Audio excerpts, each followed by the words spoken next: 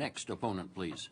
Thank you. My name is Peter Lethenstrom, Lethenstrom, from Stevensville.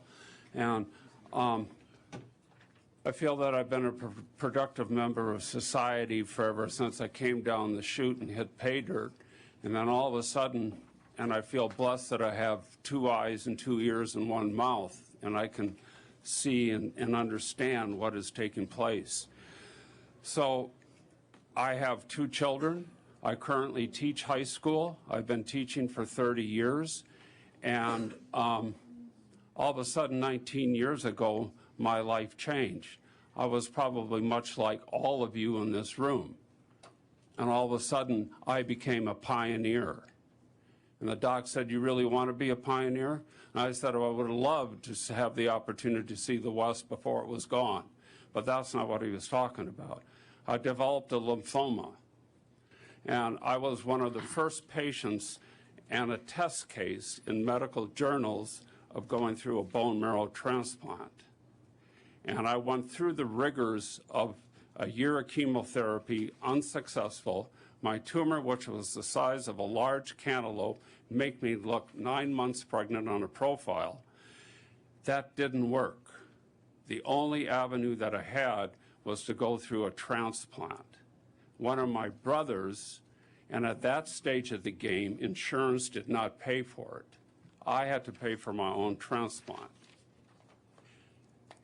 And that was a rigorous procedure. And part of that therapy that I went through, they no longer do because it simply killed too many people in the process. And that main part of that therapy was I had 6 days of total body radiation. So I was lucky to be able to sit on a saddle. But it wasn't the saddle of leather where you could smell the sweat of the horse. It was a wooden saddle. And then I sat in a plexiglass, and they shot rads at me from where you are sitting, Mr. Chairman. And I had a 55-gallon bucket right next door to me. I had 12 to 15 minutes on the front, flipped me around, 12 to 15 minutes on the back. 6 days of that. The only protection I had, and it took about 4 or 5 days to do this, is they created lead blocks over my lungs. That's the only thing. Other than I was in there naked as a jaybird, except with a pair of shorts, and I stand here naked today before you explaining this to you. So I was a pioneer in the history of transplants in America and actually in the world. They took the protocol throughout the world, but it didn't work, and they had to refine it greatly. I feel lucky to be able to be here, and part of the whole process of this, marijuana has been successful for me. I deal with a lot of major problems with inside of me. I might look healthy on the outside, but I bat 40 to 50%, and I feel like crap most of the time.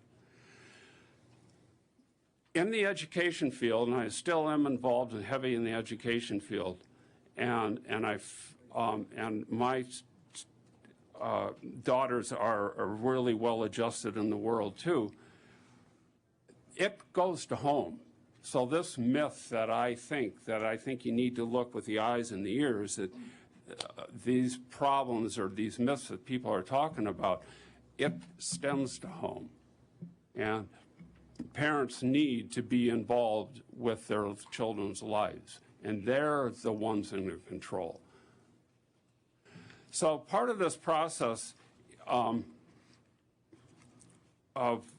going through that transplant and the results of it has led me down many paths, and I am intimately involved with cancer patients throughout the state, kids that can't make a dream, local people, and I'm involved in trying to support all of them.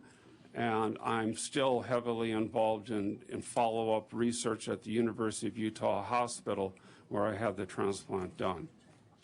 So it was an amazing process to go through. And as I was sitting there after all the doctors told me what they were going to do with my family there, then I asked the question, well, tell me, what's the percentage that I have to come out the other side?